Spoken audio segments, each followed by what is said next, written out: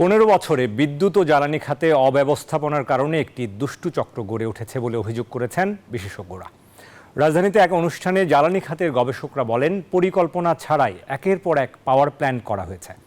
সম্ভাবনা থাকার পরও গ্যাসের উৎস না খুঁজে এলএনজি আমদানি করা হয়েছে। অপরিকল্পিত বিভিন্ন চুক্তি পুনর্মূল্যায়ন করার দাবিও জানিয়েছেন জ্বালানি বিশেষজ্ঞরা। টেকসই ও ন্যায্য জ্বালানি রূপান্তরের লক্ষ্যে আত্মপ্রকাশ করেছে জ্বালানি বিষয়ক দেশের সর্ববৃহৎ সংগঠন just energy transition network Bangladesh JETNET BD. রাজধানীর একটি হোটেলে দেশি বিদেশি 70টি সংগঠনের সমন্বয়ে পথ চলা শুরু করল এই সংগঠন।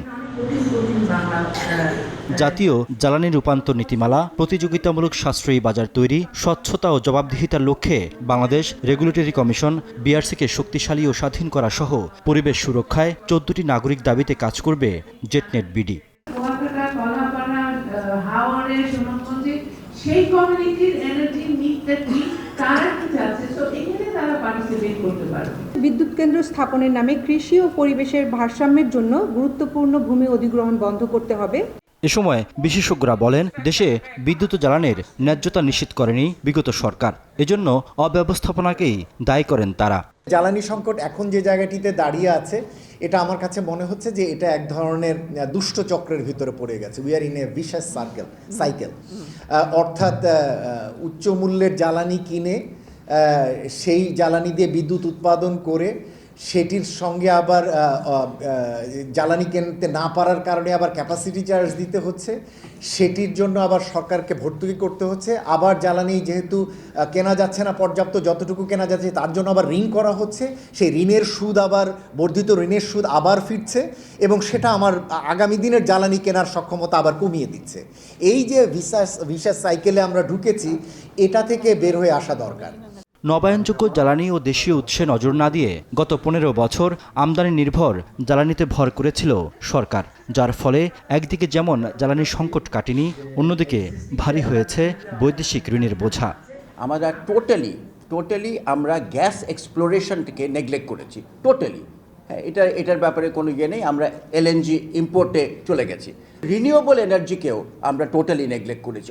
যেই সময় আমরা সোলার বিদ্যুৎ ব্যবহার করতে সারা পৃথিবীতে এটা এগিয়ে গেছে। আমি বলছি না যে আমি 10,000 5,000 এরকম মেগাওয়াট আমরা এই মুহূর্তে করতে পারি, কিন্তু যতটুকু পারি ততটুকু আমরা করি নাই। নন কমার্শিয়ালি ভায়াবল না এরকম জায়গায় আপনি গ্রিড নিয়ে গেছেন ফর ইউর পলিটিক্যাল অ্যাম্বিশন। আমি এত সালের মধ্যে 30 সালের মধ্যে 40,000 মেগাওয়াট করব, ইনফ্লেটেড ডিমান্ড করে আমি 40,000 মেগাওয়াট করে একের পর এক পাওয়ার প্ল্যান্ট খালি ঢোকাচ্ছি। অথচ আমার ডিমান্ড 30 সালে 25,000 megawatt, 26,000 megawatt.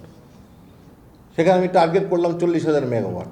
All this excess capacity will be sitting there. So এইটা হচ্ছে আপনার যুদ্ধক্ষেত্র, আপনাকে এগুলো রিপ্লেস করতে হবে।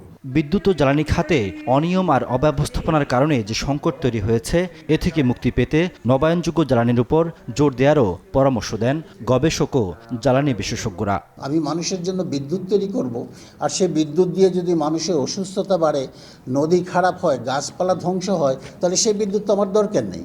তাহলে নবায়নযোগ্য জ্বালানির ক্ষেত্রে আমাকে এইসব জিনিস চিন্তা করতে হবে। ইন্ডাস্ট্রিয়াল রুফটপ সোলারটা আমাদের ধারণা 2025-এর মধ্যে যে আমরা আরো 5,000 করতে চাচ্ছি। আমি মনে করি যে এটা ডুয়েবল এবং এটা পজিটিভলি করা সম্ভব। রিয়াদ সুমন, নিউজ 24, ঢাকা।